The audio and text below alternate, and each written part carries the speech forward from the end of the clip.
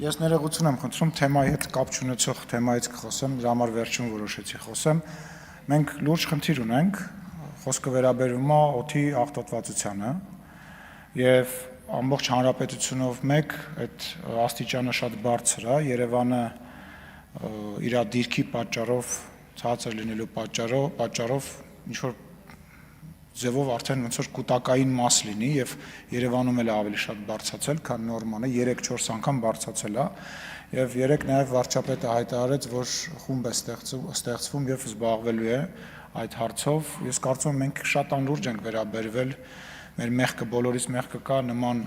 խնդրին կլիմայի հետ կապված եւ էկոլոգիայի հետ կապված հարցերին եւ ուզում եմ տեղեկացնեմ հարգելի հայրենակիցներ,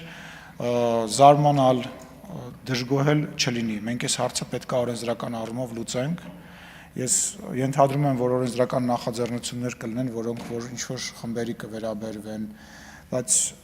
մենք պետք է որոշենք, կամ մենք թույն ենք շնչում տարբեր քաղցկեղային եւ մնացած հիվանդություններից մեր հարազատներին կորցնում ենք, կամ մենք որոշումներ ենք կայացնում, կամ մենք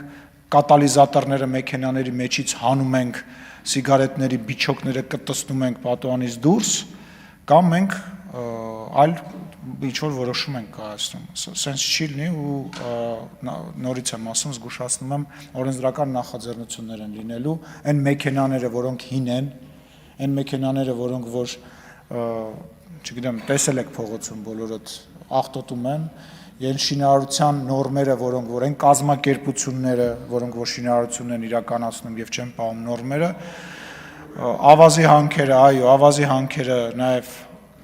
եւ մնացած բոլոր այդ բաները շատ խիստ կարգավորումների տակ են ընկնելու։ Շնորհակալություն։